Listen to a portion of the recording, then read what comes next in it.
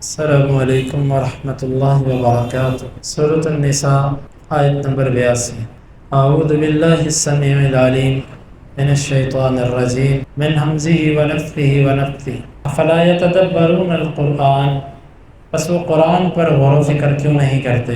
ولو کان من عند غیر اللہ، اگر وہ اللہ کے غیر کی طرف سے ہوتا، لوجدوا فیہ اختلافا کثیرا، البتہ اس میں بہت سے اختلاف آتے۔ اس آیت مبارکہ میں دو باتوں کا ذکر ہے۔ ایک بات یہ ہے کہ وہ قرآن پر غور و فکر کیوں نہیں کرتے۔ جس بات پر اللہ تعالیٰ نے غیروں کو ڈانٹا، ان کی تعریف ڈانٹ ڈپٹ کی، وہ بات مسلمانوں کے لیے سب سے پہلے۔ اگر ایک کافر قرآن پر غور و فکر نہ کرے تو غلط، ایک مسلمان اگر قرآن پر غور و فکر نہ کرے تو یہ کیسے ٹھیک ہو سکتا ہے؟ آپ تھوڑی سی توجہ دیں۔ اللہ نے کہا غور کرو۔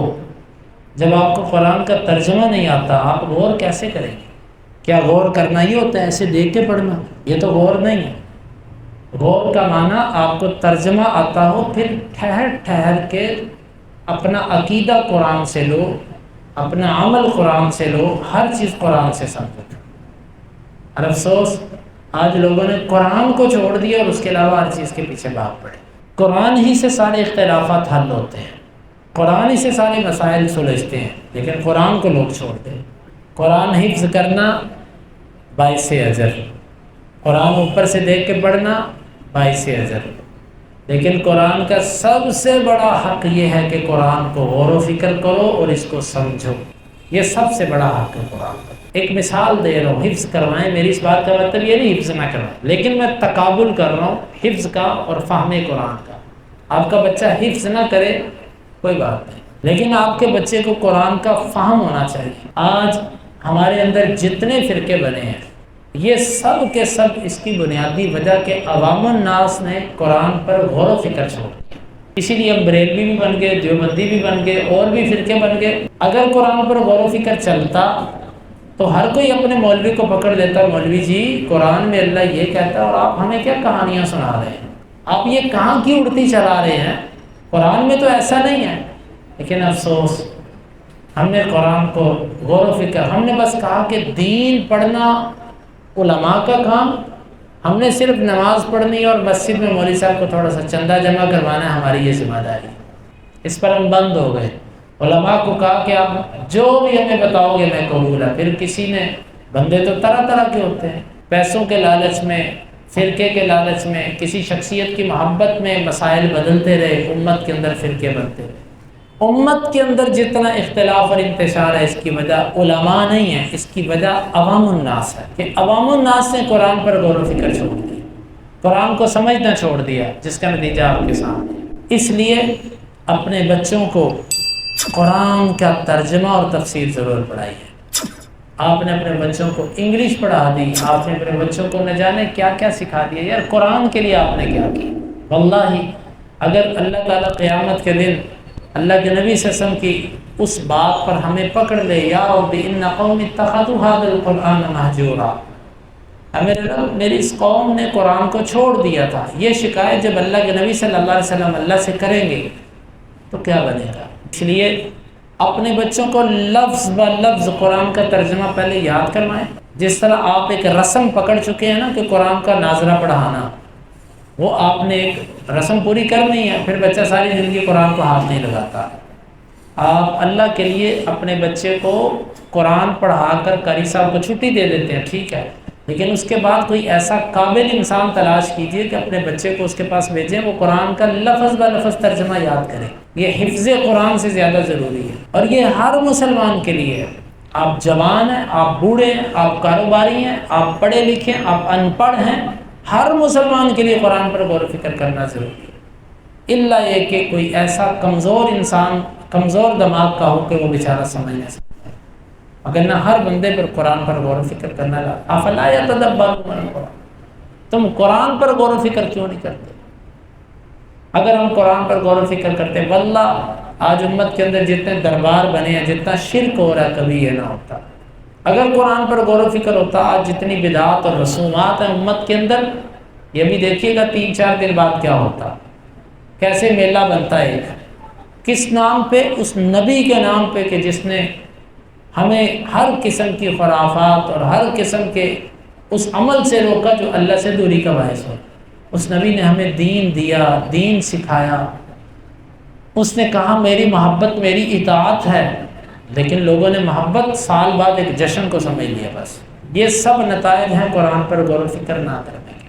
پھر دوسری دلیل اللہ تعالیٰ نے اس کے حق اور سچ ہونے کی دی، وَلَوْ كَانَ مِنْ عِنْدِ غَيْرِ اللَّهِ لَوَجَدُوا فِيهِ اخْتِلَافًا كَثِيرًا۔ اگر یہ قرآن اللہ کے غیر کی طرف سے ہوتا، کسی اور کی طرف سے ہوتا، تو اس میں بڑا اختلاف ہوتا۔ قرآن میں اختلاف نہیں۔ مشرکین مکہ اس آیت کو سن کر بھی اس کا جواب نہیں دے سکے۔ آیت مبارکہ ہے نا، ان کو للکارا گیا کہ اگر تم کہتے ہو یہ اللہ کی طرف سے نہیں ہے، اگر یہ اللہ کی طرف سے نہیں ہے تو پھر اس میں اختلاف ہونا چاہیے تھا، اس میں تو اختلاف ہی نہیں۔ یعنی انہوں نے پورا ایڑی چوٹی کا زور لگایا، قرآن میں وہ اختلاف نہیں ثابت کر سکے۔ آج اگر کوئی بندہ اٹھ کے یہ کہتا ہے قرآن میں اختلاف ہے تو وہ بندہ جھوٹا ہے، اس کو بات سمجھ ہی نہیں آئی۔ قرآن کے سب سے بڑے دشمن یہودی تھے اس دور میں، مشرکین مکہ تھے اس دور میں، عیسائی تھے اس کے بعد، لیکن ان میں سے کوئی بھی قرآن میں تضاد ثابت نہیں کر سکتا۔ یہ دلیل ہے قرآن کے حق میں۔ اور آج کے مشرکین کے لیے، کافروں کے لیے بھی یہ ایک سوچنے کی بات ہے کہ تم دیکھو واقعتاً یہ قرآن کے سچے ہونے کی دلیل ہے کہ تمہارے بڑے بھی قرآن میں تضاد نہیں ثابت کر سکتے اور تم بھی نہیں کر سکو گے۔ یہاں سے ایک دوسری بات یہ سمجھ آتی ہے، کئی لوگ ہم سے پوچھتے ہیں کہ قرآن کے قرآن ہونے کی کیا دلیل ہے، کہ یہ اللہ کا قرآن ہے، ہم کہتے ہیں یہ آیتی دلیل ہے۔ کئی لوگ کہتے ہیں جی ہم قرآن کو اجماع کی وجہ سے مانتے ہیں۔ بھائی جب اجماع نہیں تھا تو قرآن کیسے مانا گیا؟ صحابہ کرام کے زمانے میں تو اجماع، جو ایک ایک صحابی مسلمان ہوتا تھا اسے کیا پتہ اجماع کیا ہوتا ہے؟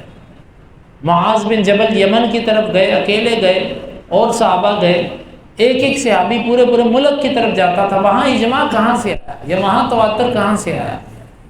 یہ بات نہیں ہے۔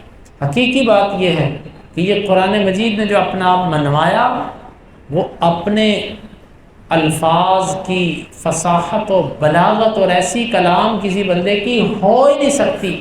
اعجاز قرآن ہی قرآن کے رب کی کلام ہونے کی دلیل ہے۔ اعجاز قرآن کا مطلب ہے قرآن دوسرے کو عاجز کر دیتا ہے، لاجواب کر دیتا ہے۔ یہ دلیل ہے کہ یہ اللہ کی کتاب ہے۔ دنیا کی کوئی کتاب لاجواب نہیں کرتی، ایک اللہ کی کلام ہے جو لاجواب کرتی ہے۔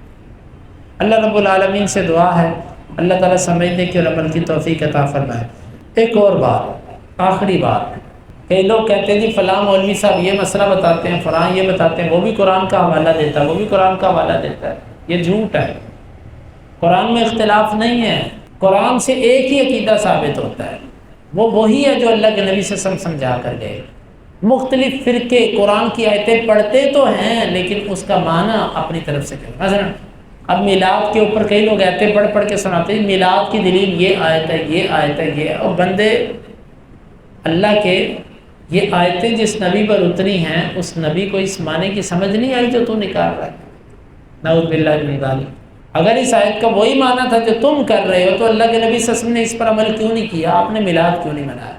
آج لمبے لمبے جلسے کیے جاتے ہیں جی قرآن و حدیث سے میلاد ثابت کیا جاتا ہے، تمہارے سارے استدلال وہیں پر جو ہے وہ ڈھیر ہو جاتے ہیں۔ جس وقت اتنا پوچھ لیا جائے کہ اللہ کے نبی نے ان دلائل سے یہ معنی لیا جو تم لیتے ہو، اس لیے یہ جو باطل فرقے قرآن کی آیتوں کو پڑھ کر اپنا معنی لیتے ہیں، یہ بھی آیت مبارکہ اس کی تردید ہے کہ قرآن میں اختلاف نہیں ہے، لہٰذا وہی معنی جو اللہ کے نبی صلی اللہ علیہ وسلم نے لیا وہی معتبر ہے۔